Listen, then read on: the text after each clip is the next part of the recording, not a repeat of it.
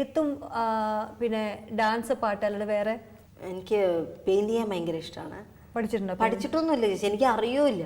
പക്ഷെ glass paint എന്ന് പറഞ്ഞാൽ വലിയ പഠിപ്പൊന്നും വേണ്ട അതിന് ചെയ്യാൻ. അത് ആർക്കും ട്രേസ് എടുത്തിട്ട് ചെയ്യല്ലേ. പക്ഷെ അതിലൊരു അതിപ്പോ നമ്മൾ ചെയ്ത് കഴിഞ്ഞാൽ എന്റേതായിട്ടുള്ള ഒരു വർക്ക് എന്ന് പറയുന്നത്, ഞാൻ കുറെ സ്വീക്കൻസും മുത്തുകളൊക്കെ വാങ്ങിച്ചു വെച്ചിട്ടുണ്ട്. അപ്പൊ അതിലുള്ള ഓർണമെന്റ്സിനൊക്കെ ഞാൻ വരയ്ക്കാതെ ഇത് വെച്ചിട്ട് ഡിസൈൻ ചെയ്യും. അപ്പൊ അങ്ങനെ ചെയ്യാൻ ഇഷ്ടമാണ്.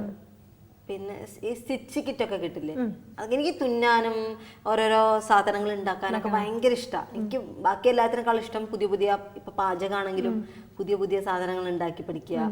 എന്താ ഏറ്റവും ഇഷ്ടം ഉണ്ടാക്കി പഠിക്കാൻ? ഉണ്ടാക്കിയിട്ട് ഇഷ്ടം? Bread pudding. അത് ഏറ്റവും എളുപ്പം. ഏറ്റവും എളുപ്പം കണ്ണു മൂട്ടിയിട്ട് ഉണ്ടാക്കാൻ പറഞ്ഞാലും ഇപ്പൊ ഉണ്ടാക്കാൻ അറിയും. പിന്നെ എനിക്കറിയാം, പിന്നെ ഞാൻ ചെമ്മീനെ കൊണ്ടൊരു ചെമ്മീൻ മലായി എന്ന് പറഞ്ഞിട്ടൊരു കറി ഉണ്ടാക്കിയിട്ടുണ്ടായിരുന്നു. അത് എനിക്ക് ഏറ്റവും കൂടുതൽ കുറ്റം കിട്ടിയൊരു കറിയായിരുന്നു ഉണ്ടാക്കണതിന് മുമ്പ്.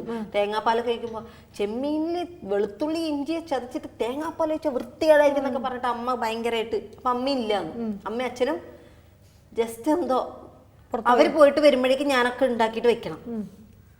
അപ്പൊ ആ സമയത്തിനുള്ളിൽ ഞാൻ ഉണ്ടാക്കിയതാ. വന്നു കഴിഞ്ഞപ്പോ ഭയങ്കര ഇഷ്ടമായി. അപ്പൊ അത് എനിക്കിഷ്ടമാണ്. എനിക്കറിയാം കേട്ടോ, കുറച്ചൊക്കെ എന്തൊക്കെ ഇഷ്ടമാണ്. പക്ഷെ എല്ലാത്തിനും ഇഷ്ടമാണ്. അപ്പൊ ഈ പെയിന്റിങ്ങിനൊക്കെ വെച്ചിട്ട് ഒരു എക്സിബിഷൻ നടത്തിക്കൂടെ പിന്നെ എപ്പോഴെങ്കിലും? അത്രയൊന്നും ഇല്ല, ഒരു എന്താ പറയാ 2-3 ഉണ്ട്. ക്ലാസ് ഒക്കെ കുറെ വാങ്ങിച്ചു വെച്ചിട്ടൊക്കെ ഉണ്ട്. പുതിയ പുതിയ ചിത്രങ്ങളൊക്കെ കാണുമ്പോൾ വരയ്ക്കാൻ വേണ്ടിയിട്ടൊക്കെ എടുത്തു വെക്കും. പക്ഷെ അത് ഒന്ന് വരച്ചു തുടങ്ങിയ കഴിഞ്ഞാൽ എണീറ്റിട്ട് പോകാൻ പറ്റില്ല. നമ്മളത് കംപ്ലീറ്റ് വരച്ചു കഴിഞ്ഞിട്ടേ പറ്റുള്ളൂ. അപ്പൊ അങ്ങനെ ഒരു ഇതുണ്ടാവില്ല. അപ്പൊ എന്തെങ്കിലുമൊക്കെ ആയിട്ട് മാറും. ഒരു സമയമുണ്ട്. അതിലേക്ക് അങ്ങോട്ട് വന്നു കഴിഞ്ഞാൽ പിന്നെ ഊണുമില്ല, ഉറക്കവുമില്ല.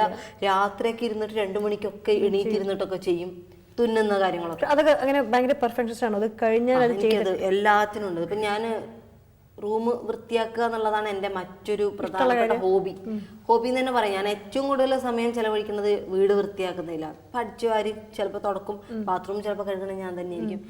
എനിക്ക് മനസ്സിലിങ്ങനെയുണ്ട്, ഇങ്ങനെ ആയിരിക്കണം. ഇപ്പൊ ഒരു ഷെൽഫിന്റെ പുറം ഗ്ലാസ് ഒക്കെ തുടക്കുമ്പോ എനിക്കും പുറം മാത്രം തുടച്ചാൽ എങ്ങനെയാ, അതിലത്തെ സാധനത്തിൽ പൊടി ഉണ്ടാവില്ലേ.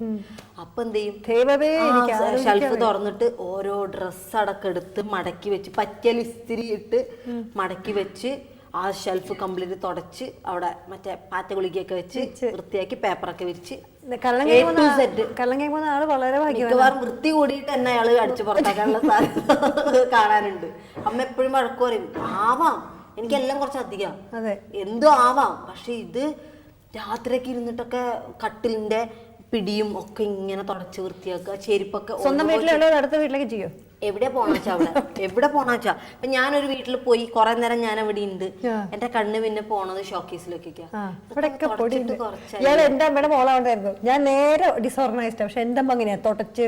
ഒരു വീട്ടിൽ ചെന്ന് എനിക്ക് ഓർമ്മയുണ്ട്, അമ്മ അവരുടെ വീട്ടില് തുണികളൊക്കെ ഇങ്ങനെ തൂക്കിയിട്ടിരിക്കുക. അമ്മ അവരൊന്നും അറിയില്ല, അവരുടെ വീട്ടിലെ തുണിക്ക് ഇറക്കാൻ തുടങ്ങി. അമ്മ നമ്മുടെ വീടൊന്നും അല്ല, ഇത് എന്താ നിങ്ങൾ ഈ കാണിക്കണെന്ന് വെക്കും. അപ്പൊ അത് ശരിക്കും പറയാ അങ്ങനെ ആൾക്കാരുള്ള ഞാൻ എന്റെ അമ്മയ്ക്കുള്ള അതൊരു മൂഡ് വെച്ച. ചില സമയത്ത് ഇപ്പൊ എന്റെ റൂമിൽ പോയാൽ എന്റെ അമ്മ ഗോഡൌൺ പോലെയൊക്കെ ഉണ്ടാവും കേട്ടോ. എന്നുവെച്ചാ വൃത്തിയാക്കുന്നതിന്റെ ആദ്യത്തെ ലക്ഷണം ഗോഡൌൺ ആക്കിയിടുക, എല്ലായിടത്തും പുറത്തിടും. പിന്നെയാണ് എല്ലാം വൃത്തിയാക്കി. അപ്പൊ ഓരോ ഷോക്കേസിൽ ഓരോ സാധനം എടുത്ത് അതിന്റെ മുക്കും മൂലയൊക്കെ തുടച്ച്. അപ്പൊ എനിക്ക് മനസ്സൊരു അല്ലെങ്കിൽ ഒരു ബാത്റൂം വെള്ളം ഉണ്ടാവും പാടില്ല, അങ്ങനെ അതൊക്കെ ഉണ്ട്, എല്ലാം ഉണ്ട്. അതൊക്കെ അപ്പൊ ഞാൻ തന്നെ എന്റെ ബാത്റൂമിനകത്ത് മറ്റേ ഒരച്ച് കഴുകേണ്ട സാധനം ഒക്കെ വാങ്ങിച്ചു വെച്ചിട്ടുണ്ട്. അപ്പൊ ആരും ആശ്രയിക്കേണ്ട കാര്യമില്ലല്ലോ. എല്ലാം ഞാൻ ബക്കറ്റ് അടക്കം.